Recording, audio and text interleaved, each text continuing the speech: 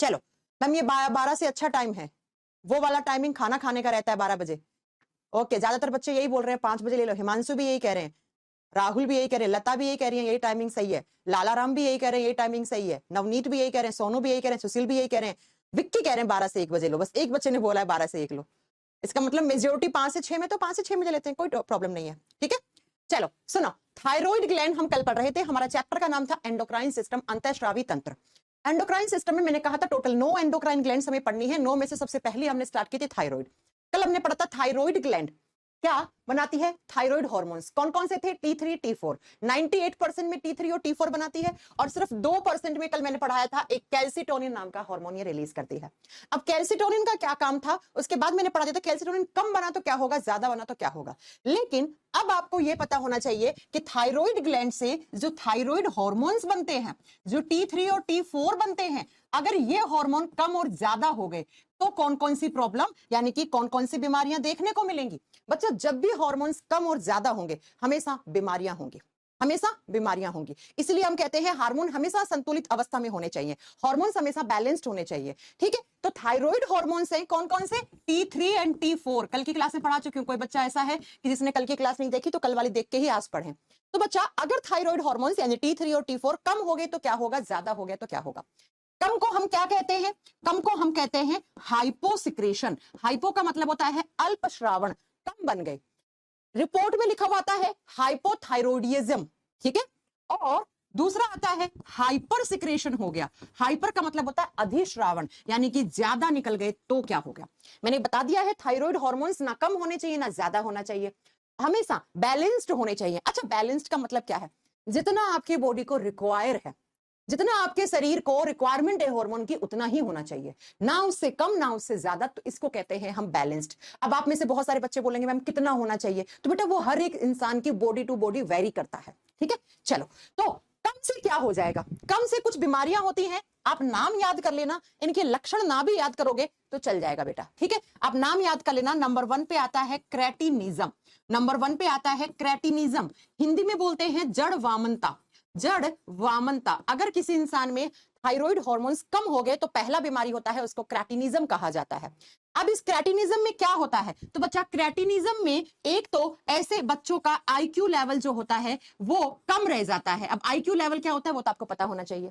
दूसरा, ऐसे लोगों के अंदर, ऐसे जनरली है ना 8 से 10 साल के बच्चों में ज्यादा देखने को मिलती है ना। और बाद में दूसरा, उन बच्चों की फिजिकली और मेंटली ग्रोथ रुक जाती है, फिजिकली प्लस मेंटली, यानी कि वो फिजिकली और मेंटली अच्छे से स्टेबल नहीं हो पाते हैं, इनकी ग्रोथ स्टॉप हो जाती है, यानी कि ये शारीरिक तौर से और मानसिक तौर पे कमजोर हो सकते हैं, शरीर अच्छे से नहीं बनेगा इनका। क्यों, क्योंकि थायराइड हार्मोन्स क्या करते हैं, मेटाबॉलिज्म को कंट्रोल कर रहे हैं। अब मेटाबॉलिज्म ही अच्छे से नहीं होगा तो इनका ना ही तो शारीरिक तौर पे विकास हो पाएगा और ना ही इनका मानसिक तौर पे विकास हो पाएगा, तो शारीरिक और मानसिक वृद्धि रुक जाती है, वृद्धि रुक जाती है बेटा। दूसरा आपको मैं बता दूं कि फैट डिपॉजिट होने लग जाता है, इनकी गर्दन ऐसे होती है, गर्दन दिखती नहीं है, इस एरिया में फैट डिपॉजिट होने लग जाता है, वसा का जमाव होने लग जाता है, फैट डिपोजिशन शुरू हो जाता है, वसा का जमाव होने लग जाता है, वसा का जमाव होने लग जाता है। और बच्चा, ऐसे जो बच्चे होते हैं ना ये फूल जाते हैं, इस एरिया से फूल जाते हैं, ये वाला एरिया इनका बहुत, बाइसेप्स जो होती है ना इनकी, ये कंधा बहुत चौड़ा सा हो जाएगा, ये इस गर्दन वाले एरिया में बहुत ज्यादा क्या हो जाएगा, फैट जम जाएगा, गर्दन ऐसी हो जाएगी इनके। तो इसी को कहते हैं क्रेटिनिज्म। क्रेटिनिज्म का मतलब है मानसिक तौर पे, फिजिकली बच्चे को किसी तरीके से वृद्धि, उसका डेवलपमेंट नहीं हो पाया, उसकी ग्रोथ नहीं हो पाई, और साथ में फैट डिपॉजिट होकर ये एरिया इसका अजीब सा दिखने लग जाता है, फेस पे भी फैट जम जाता है, आंखें छोटी हो जाती हैं, और साथ में याद रखिएगा इनका आईक्यू लेवल भी घट जाता है। ठीक है, तो मानसिक तौर पे सही से बच्चे नहीं रह पाते यहाँ पे, इसी को बोलते हैं क्रेटिनिज्म। दूसरी जो बीमारी है जो थायराइड हार्मोन्स के कम निकलने से होती है, इसको कहा जाता है बच्चा, नंबर 2 पे लिखना, माइक्सोएडेमा। लड़कियों ने सुना होगा, लड़कियों में होता है ये माइक्सोएडेमा, ये जो प्रॉब्लम है ना माइक्सोएडेमा की, सेम नाम हिंदी में बच्चा माइक्सोइडीमा लिखा जाता है, इडीमा।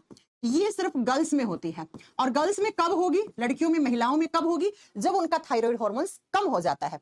अब ऐसी लड़कियों में क्या होता है, ऐसी लड़कियों का अचानक से वेट जो होता है ना वो गेन होने लग जाता है, इनके शरीर का वजन बढ़ जाता है, वजन अचानक से बढ़ जाएगा और लड़कियों में जो हर महीने मेंस्ट्रुअल साइकिल आती है ना, वो इरेगुलर हो जाएगी। जो मासिक धर्म चक्र चलता है, जो मेंस्ट्रुअल साइकिल चलती है लड़कियों की एग को रिलीज, अंडे को रिलीज करने के लिए, जो 4 दिन की ब्लीडिंग होती है उनमें, मैं आपको रिप्रोडक्टिव सिस्टम में सब कुछ पढ़ाऊंगी। तो मेंस्ट्रुअल साइकिल जो होती है वो इरेगुलर हो जाती है। इरेगुलर का मतलब है कि ऐसा होगा, 1 महीने में मेंस्ट्रुअल साइकिल होगा फिर नहीं होगा, ऐसे करके लड़कियों में बहुत सारी प्रॉब्लम होना शुरू हो जाती है। साथ में ऐसी लड़कियों की जो स्किन होती है वो ड्राई होने लग जाती है। स्किन ड्राई, त्वचा सूखने लग जाती है, त्वचा सूखने लग जाती है, बाल झड़ने लग जाते हैं, सांसें फूलना शुरू हो जाती है।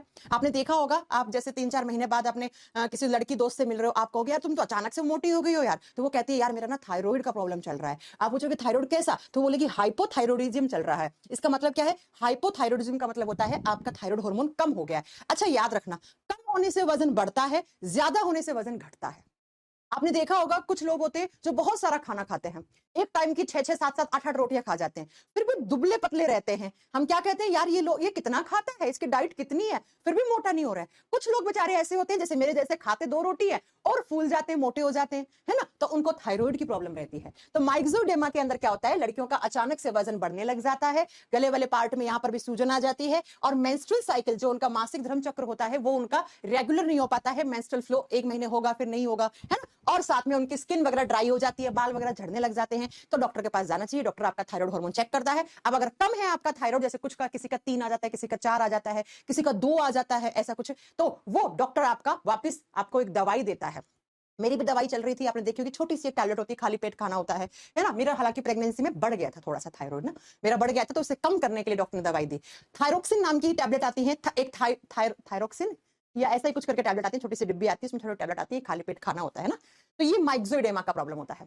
तीसरी बीमारी जो थायराइड हार्मोन के कम होने से होती है, हम कम वाली पढ़ रहे हैं अभी तक। तीसरी होती है, वो बीपीएससी के एग्जाम में पूछा हुआ क्वेश्चन है बेटा, ये स्टेट पीसीएस का लेवल है, वहीं पे पूछा जाता है इसका क्वेश्चन। तीसरी जो होती है उसको बोलते हैं हासीमाटो डिजीज। हासीमाटो डिजीज, हिंदी में बोलते हैं हासीमाटो रोग। हिंदी में क्या बोलेंगे? हासीमाटो रोग। बेटा NDA, CDS, state PCS, BPSC वाले बच्चे बिल्कुल ना छोड़े इन चीजों को। ये जो बीमारियों के नाम पढ़ा रही हूं ना, ये बिल्कुल आपको एकदम से रट्टे लगा लेने हैं इनके। हासीमाटो डिजीज में क्या होता है, इस डिजीज में भी थायराइड हार्मोन कम बनते हैं, और इस कंडीशन में ये जो बीमारी है ना, इसमें क्या हो जाता है, इसमें जो थायराइड ग्लैंड के अंदर जो सेल्स होती है ना, जो थायराइड ग्लैंड की जो सेल्स होती हैं, कोशिकाएं होती हैं, ये अपने आप को मारना शुरू कर देती है बेटा। ये अपने आप को ही मारने लग जाती है। और अपने आप को मारना क्या कहलाता है? सुसाइड, आत्महत्या कहलाता है। तो इसी बीमारी को बोलते हैं suicide of thyroid gland. Suicide of thyroid gland, यानी कि ये वो कंडीशन है, ये वो बीमारी है जिसके अंदर जो आपकी थायराइड ग्रंथि है वो अपने आप को ही मारना शुरू कर देती है। थायराइड ग्रंथि के अंदर जो कोशिकाएं हैं वो अपने आप को मारना शुरू कर देती हैं। तो बच्चा ये एग्जाम में, पीपीएससी के एग्जाम में पूछा हुआ क्वेश्चन है कि उस बीमारी का नाम बताओ जिसमें जो थायराइड ग्रंथि है, वो थायराइड ग्रंथि अपने आप को मारना शुरू कर देती है, अपनी आत्महत्या कर लेती है, आत्महत्या कर लेती है। तो उस बीमारी को क्या कहते हैं बेटा? तो आपको बताना है, उसको हासीमाटो डिजीज कहते हैं। बस इतना ही आपको याद रखना है। हालांकि एक ऑटो इम्यून डिजीज होती है ये, आपको इतना कुछ नहीं याद करना है। इसमें क्या होती है हासीमाटो डिजीज में? कब होती है? जब थायराइड हार्मोन का हाइपोसिक्रेशन हो।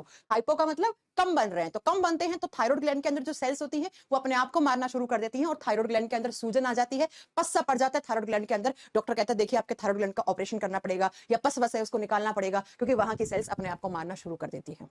ये 3 हो गई है। फोर्थ आती है जो आपने सुन रखी है बीमारी, वो है गोइटर। हाँ जी, कितने बच्चों ने सुन रखा है गोइटर के बारे में? घेंगा रोग या गलगंड रोग कहते हैं गोइटर। गोइटर के बारे में तो सुना होगा आपने ना, गोइटर, घेंगा रोग या गलगंड रोग। घेंगा रोग या गलगंड रोग ये भी कब होता है बच्चा? जब थायराइड ग्लैंड के हार्मोन कम निकले। अब आप कल की क्लास याद करो, मैंने आपको पढ़ाया था कि थायराइड हार्मोन बनने के लिए कौन सा मिनरल चाहिए, कौन सा खनिज तत्व चाहिए? मैम आयोडीन चाहिए। अब आयोडीन की अगर डेफिशिएंसी हो जाए, अगर कमी हो जाए, तो क्या थायराइड हार्मोन्स अच्छे से बन पाएंगे? नहीं बन पाएंगे। तो उसी कंडीशन को गोइटर रोग या गलगंड या घेंगा रोग कहा जाता है। इसमें क्या होता है, थायराइड ग्रंथि गले वाले पार्ट में सूज जाती है, सूजन आ जाती है, बहुत बड़ा सा ऐसे बाहर गला लटकना सा शुरू हो जाता है। सही समय पे इलाज नहीं करवाते हैं तो उसमें पस भर जाता है, फिर उस गले को कटवाना भी पड़ता है। गला कटवाना मतलब वो जो बाहर की तरफ हिस्सा बंद गया ना, उसको कटवाना पड़ता है। अब इतना नहीं है ये घेंगा रोग, क्यों? क्योंकि हम सब लोग नमक अच्छा खाते हैं। ये पुराने जमाने में गोइटर बहुत होता था जब हम आयोडीन से भरपूर नमक नहीं खाते थे, तब होता था, अब नहीं है इतना। अब नहीं है। ठीक है, आपको कैसे याद रखना है, सुन लो एक बार अच्छे से, याद रखिएगा। जब थायराइड हार्मोन्स कम होते हैं ना बेटा, तब इंसान का वेट बढ़ता है, और जब थायराइड हार्मोन्स ज्यादा होते हैं तो वेट कम होता है। ये दोनों ना उल्टे होते हैं एक दूसरे के, ऐसे याद रखना। तो थायराइड हार्मोन्स कम होने से कौन कौन सी डिजीज, क्रेटिनिज्म, माइक्सोएडेमा, ये लड़कियों में होती है। थायराइड हार्मोन्स लड़कियों के लिए बैलेंस्ड होना बहुत जरूरी है। अदरवाइज अगर लड़कियों में बहुत सालों तक थायराइड की प्रॉब्लम रहती है तो वो लड़कियां फिर मतलब कंसीव भी नहीं कर पाती हैं, वो मां भी नहीं बन पाती हैं, वो स्ट्राइल रह जाती हैं, वो बांझ रह जाती हैं। इसलिए लड़कियों को थायराइड अगर ऊपर नीचे होता है तो डॉक्टर के पास तुरंत जाना चाहिए, बिकॉज थायराइड कम ज्यादा होने से पीसीओडी, पीसीओएस जैसी खतरनाक बीमारियां हो जाती हैं। पीसीओडी अगर आपने सुना हो या पीसीओएस सुना है, नहीं सुना तो आगे हम आपको पढ़ाएंगे क्या होती है ये। ठीक है, ये लड़कियों में होती है ये दोनों प्रॉब्लम, और फिर ऐसी लड़कियों के अंदर मेंस्ट्रुअल साइकिल भी नहीं आ पाती है, और ऐसी लड़कियों में एग बनना ही बंद हो जाती है एक टाइम के बाद, ओवेरी में गांठें हो जाती है, वो गांठें आगे चलकर ओवेरियन कैंसर का रूप ले लेती है, ओवेरी में कैंसर तक कर देती है। इसलिए लड़कियों का बहुत अच्छे से ये थायराइड हार्मोन बैलेंस्ड रहना चाहिए, क्योंकि लड़कियों में बहुत सारी प्रॉब्लम हो सकती है। और तीसरी कम होने से हाशिमाटो डिजीज, और फोर्थ गोइटर, घेंगा रोग। ये चारों होती हैं थायराइड हार्मोन्स के कम श्रावण से, यानी कि हाइपोसिक्रेशन से। अब बात करते हैं कि मैम अगर थायराइड हार्मोन्स का हाइपर सिक्रेशन हो गया तो सिर्फ एक बीमारी, नाम याद कर लो और सिम्टम याद कर लो। अगर थायराइड हार्मोन से निकलने वाले हार्मोन्स हैं वो ज्यादा हो गए तो इस कंडीशन में एक बीमारी होती है, जिस बीमारी को बोलते हैं ग्रेव्स डिजीज। क्या बोलते हैं बच्चा, ग्रेव, एस लगा देना है, ग्रेव्स डिजीज बोलते हैं, और हिंदी में को बोलते हैं ग्रेव का रोग, ग्रेव का रोग। इसमें क्या होता है, ये वही कंडीशन है, मैम मेरा दोस्त बहुत खाता है और वो मोटा नहीं होता है ना, अरे यार कितना खा रहा है फिर भी ये दुबला पतला है, ये वही कंडीशन है। इस ग्रेव्स डिजीज में क्या होता है, तो थायराइड हार्मोन्स बहुत ज्यादा बनने लग जाते हैं, और बहुत ज्यादा बनते हैं तो ऐसे लोगों का जो वेट होता है, जो वजन होता है, वो क्या हो जाता है बच्चा, कम रह जाता है, वेट लॉस होता है। ज्यादा होने से वजन कम रहता है बेटा, दुबले पतले रहेंगे। इनकी जो स्किन है ना, इनकी त्वचा जो है ना, वो पतली रह जाती है, थिन रह जाती है। स्किन पतली होएगी, शरीर का वजन कम होगा, दुबला पतला शरीर होगा। आप कहोगे भैया कुछ खाते नहीं हो क्या, वो कहेगा तो यकीन मान रहा है, मैं तो 7 रोटी खाता हूँ एक टाइम का। और आंखों की पुतली ऐसे बाहर आ जाती है, ऐसे इतनी बड़ी बड़ी, ऐसा लगेगा आंखें बाहर निकल के गिर रही हैं। ठीक है, उसको बोलते हैं इंग्लिश में पोर्ट्रेटेड आईज, और हिंदी में बोलते हैं आंखों की पुतली बाहर आ जाना, आंखों की पुतली का बाहर आ जाना, पुतली का बाहर आ जाना, का बाहर आ जाना। ये होते हैं बेटा आपके थायराइड हार्मोन्स कम और ज्यादा होने से क्या क्या बीमारी होती है। ठीक है, अब आप सोच रहे होंगे मैम थायराइड हार्मोन्स ज्यादा होने से वजन कम कैसे हो सकता है। अच्छा, कल मैंने पढ़ा था थायराइड हार्मोन्स क्या करते हैं, मेटाबॉलिक रेट को बैलेंस करने का काम करते हैं। अब मैंने कहा ज्यादा हो गए तो मेटाबॉलिक रेट फास्ट होने लग जाएगी, खाया डाइजेशन हो गया, खाया डाइजेशन हो गया, बॉडी में एब्जॉर्प्शन के लिए तो टाइम ही नहीं मिला, टाइम ही नहीं मिला तो आपके टिश्यूज के पास डिपॉजिट होने के लिए फैट कम जाएगा, प्रोटीन कम जाएगा, अमाइनो एसिड्स कम जाएंगे, इसलिए इंसान पतला रह जाता है। खैर छोड़ो, इतना ज्यादा आपको डिटेल में नहीं पढ़ना, आप तो बस नाम याद कर लो, कौन सी कम से होती है कौन सी ज्यादा से होती है, आपको बस इतना याद रखना है। तो ग्रेव्स डिजीज, ग्रेव का रोग, ग्रेव का रोग ये ज्यादा होने से होती है, और इसी के साथ आपकी थायराइड ग्लैंड यहीं पे कंप्लीट होती है। कल मैंने कैल्सिटोनिन के कम और ज्यादा होने से बीमारियां बता दी थी, आज मैंने थायराइड ग्लैंड से निकलने वाले थायरोक्सिन या थायराइड हार्मोन्स हैं उनके कम ज्यादा निकलने से बताती है। ठीक है, आगे बात समझ में। सुभाष कह रहे मैम बेबी का क्या नाम रखे हैं, पृथ्वी, बेटा पृथ्वी, पृथ्वी। ओके चलो, अब पढ़ेंगे हम 2 नंबर पे, 1 नंबर पे थायराइड पढ़ ली, अब दूसरी पढ़ेंगे पैराथायराइड। थायराइड के पैरों में होती है, इसलिए इसका नाम पैराथायराइड पड़ गया बेटा। पैराथायराइड ग्लैंड्स लिख देना, एस लगा देना, क्यों, क्योंकि इनकी संख्या कितनी होती है बेटा, ये तो संख्या में 4 होती हैं। पैराथायराइड ग्रंथियां, पैराथायराइड ग्रंथियां। अगर मैं आपसे इनकी लोकेशन पूछूं कि पैराथायराइड ग्लैंड्स कहां होती है, जहां थायराइड होती है। थायराइड कहां होती है, थ्रोट में या नेक में, है ना, थ्रोट, या मैंने कहा था ऑप्शन में आपको नेक मिल सकता है, गले में या गर्दन में, है ना, गले में या गर्दन में होती है कौन सी ग्रंथि, तो आप बताओगे बेटा थायराइड। और थायराइड के पैरों में ही पैराथायराइड होती है। कैसे होती है सुनो, कल मैंने पढ़ाया था ऐसे कुछ तितली के आकार की थायराइड होती है या एच के आकार की होती है। अब ये तो थायराइड है, ये कौन सी है, ये थायराइड है, ये अवटु ग्रंथि है। अब ये इसके जो पांव है ना बेटा, देखो 1 पांव 2 पांव 3 पांव 4 पांव, तो ये कौन सी है, ये पैराथायराइड है, ये पैराथायराइड है बेटा। ठीक है, नंबर में कितनी होती है, 4 4। थायराइड एक ही होता है नंबर में, पैराथायराइड 4 होती है, ये याद रखिएगा।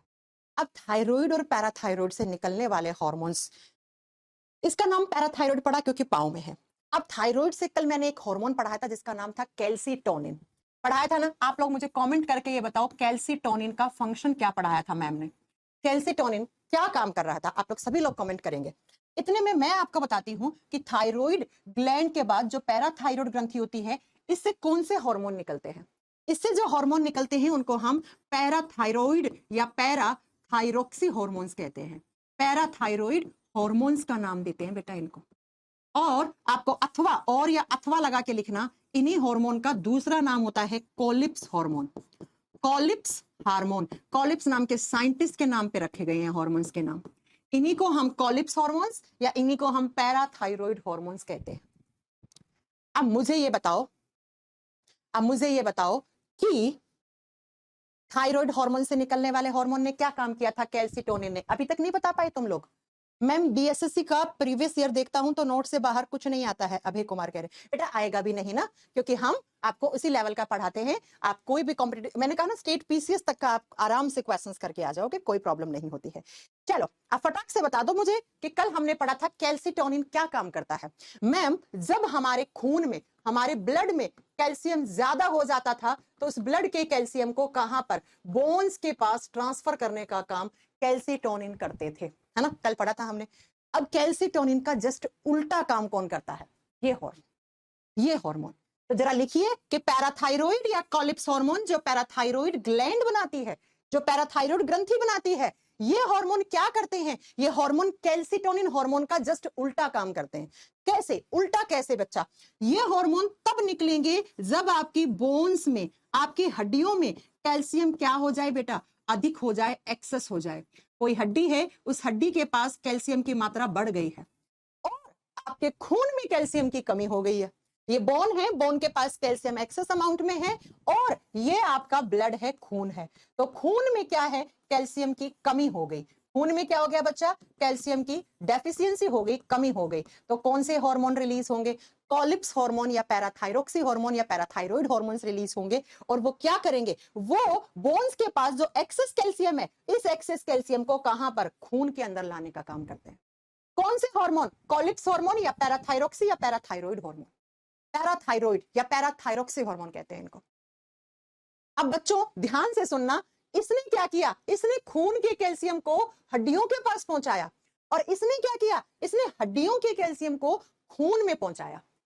एक दूसरे के अपोजिट काम कर रहे हैं। जिसने एक काम किया, दूसरे हार्मोन ने इसका उल्टा काम किया। तो साइंस में ऐसे हार्मोन्स को काउंटरएक्ट हार्मोन कहा जाता है। साइंस में ऐसे हार्मोन्स को काउंटर एक्ट हार्मोन्स कहा जाता है। हिंदी में बोलेंगे एक दूसरे के विरोधाभासी हार्मोन है, एक दूसरे के विरोधाभासी हार्मोन है, विरोधाभासी हार्मोन है। ये लो बेटा, एग्जामिनर कैसे पूछेगा? एग्जामिनर पूछेगा कौन कौन से हार्मोन है जो एक दूसरे के काउंटरएक्ट हार्मोन कहलाते हैं। तो एक जोड़ी यहां पढ़ा है, एक जोड़ी आगे आएगा। काउंटरएक्ट का मतलब क्या है? जो एक काम एक हार्मोन ने किया उसका उल्टा दूसरा हार्मोन कर रहा है, तो उसको काउंटरएक्ट हार्मोन कहते हैं। उसको क्या कहते हैं हम? काउंटरएक्ट हार्मोन कहते हैं।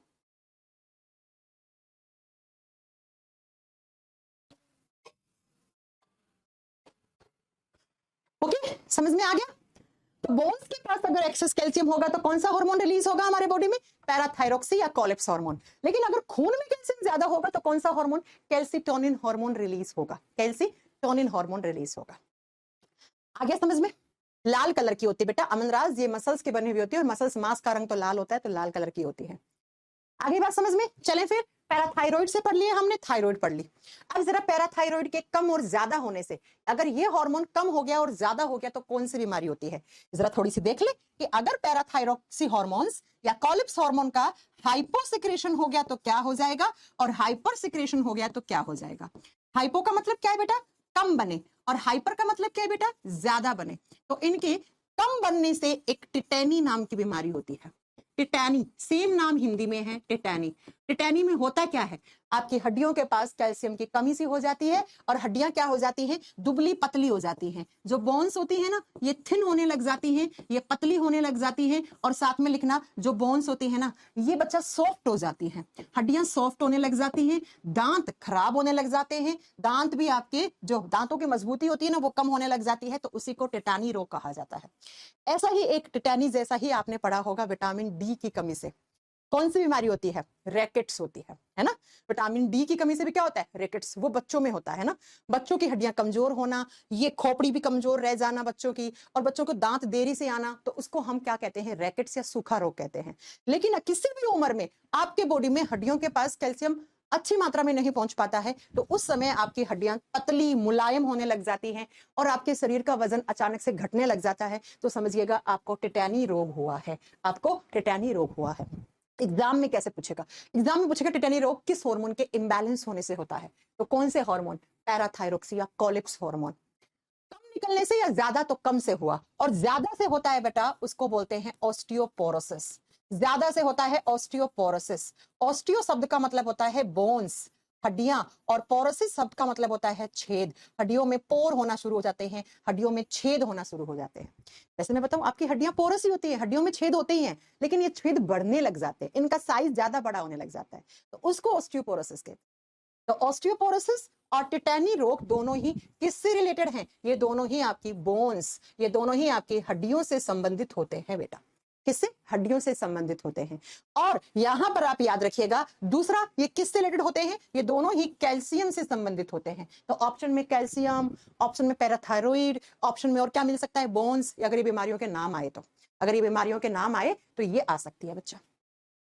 ठीक है, हो गया। तो ये पैराथायरॉइड ग्लैंड था। तो थायराइड, पैराथायरॉइड दो हमने कंप्लीट कर ली, दो हमने कंप्लीट कर ली। अब तीसरी हम पढ़ेंगे, थाइमस ग्लैंड। छोटी सी है, तीसरी हम पढ़ते हैं।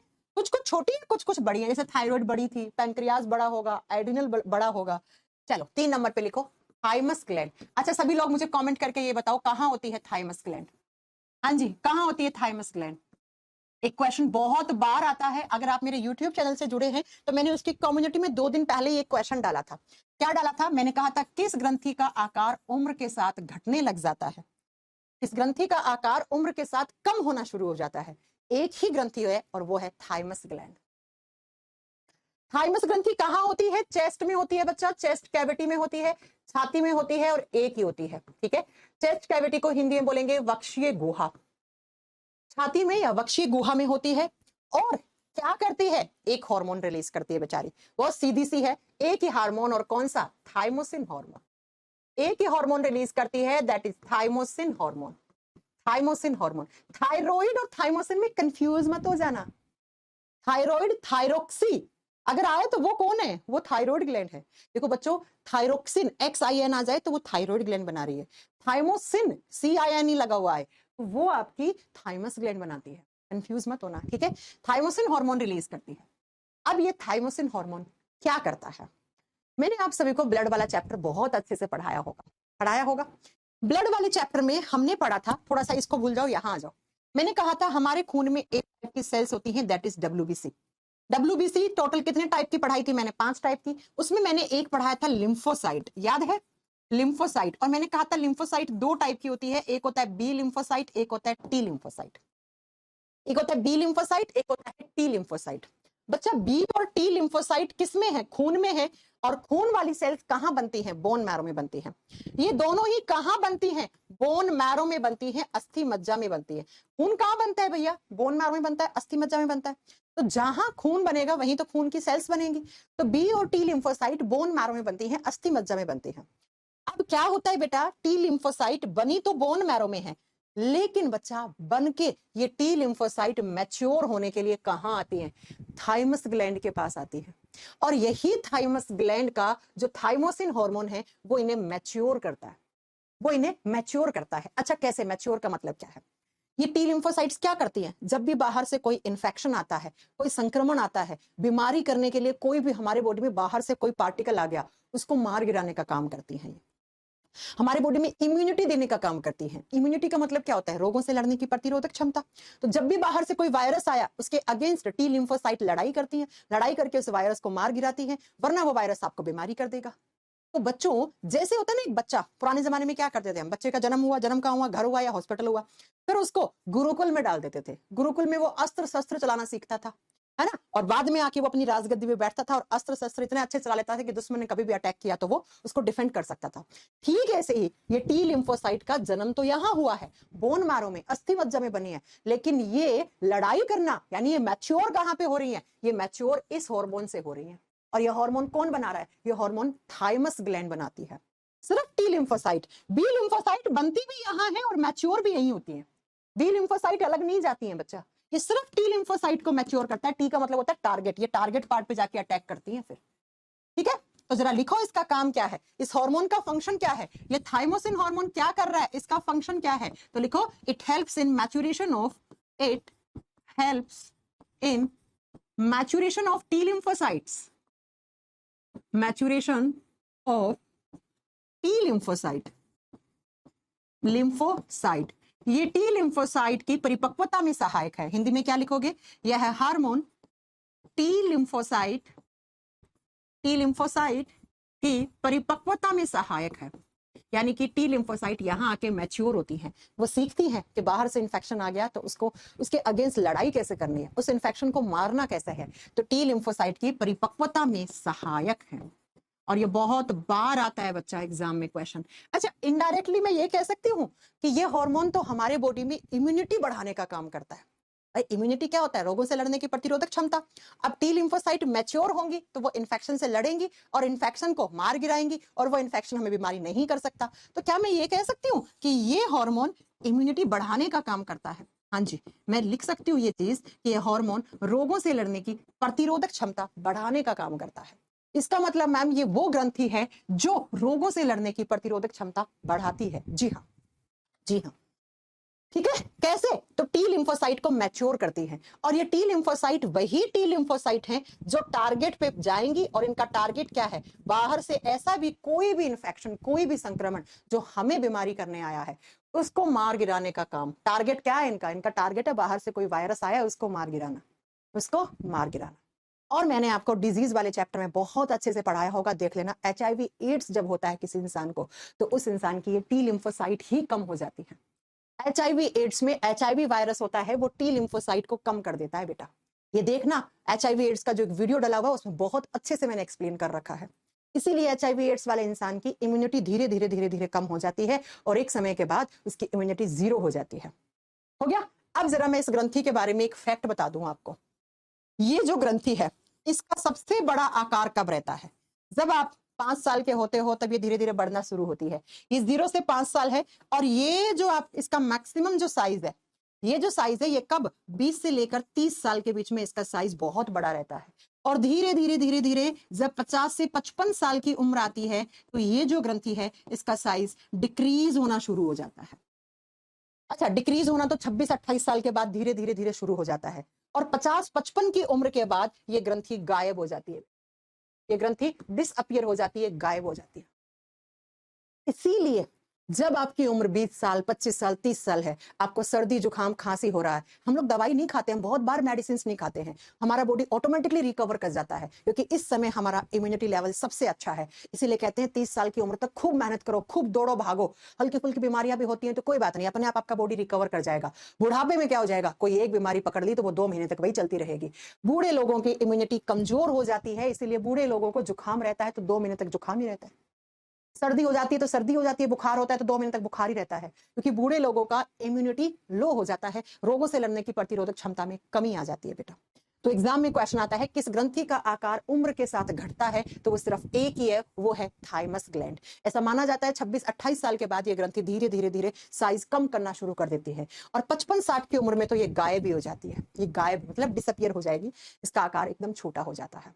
इसीलिए हम जब जवानी के जोश में होते हैं, बोलते हैं ना जवानी की उम्र ऐसी है जहां पर खूब मेहनत करो, हल्की फुल्की अगर छोटी मोटी जुकाम खांसी भी होती है तो आप डॉक्टर के पास भाग के जाते हो, डॉक्टर कहता है क्या हो गया यार, गर्म खून है, जवानी है तुम्हारी, तो तुम तो 22 साल के लड़के हो, काय को तुम दवाइयां खा रहे हो, ऐसे ही ठीक हो जाओगे। लेकिन बूढ़े लोग के साथ ऐसा थोड़ी करता है डॉक्टर, दवाइयां भर के देता है थैला भर के। ठीक है, तो याद रखिएगा बेटा कि थाइमस ग्लैंड का आकार उम्र के साथ घट जाता है। रोहित कह रहे हैं पहली बार लाइव क्लास ले रहा हूं, भैया इतने दिन कहां थे रोहित जी? हो गया? तो ये थाइमस ग्लैंड, इसका फंक्शन, ये क्वेश्चन और ये क्वेश्चन, बस यही सबसे ज्यादा एग्जाम में आते हैं, यही सबसे ज्यादा एग्जाम में आते हैं। बिल्कुल छोटी सी है, छोटी सी है। चलो अब 3 पढ़ लिया हमने, थायराइड, पैराथायराइड और थाइमस। अब चौथा लिखो, 4th नंबर पे लिखेंगे पेनक्रियास। नंबर 4 पे कौन सी आती है? पेनक्रियास, अग्नाशय ग्रंथि। पेनक्रियास, अग्नाशय ग्रंथि। कहां होती है ये पेनक्रियास? ये होती है एब्डोमिनल कैविटी में। कहां पर बच्चा? एब्डोमिनल कैविटी, उदर गुहा में होती है। एब्डोमिनल कैविटी में होती है। कैसे होती है? पेड़ का जो पत्ता होता है ना, ओहो ओहो ओहो, मेरा इंटरनेट सिस्टम अपडेट पे जा रहा है, 1 मिनट।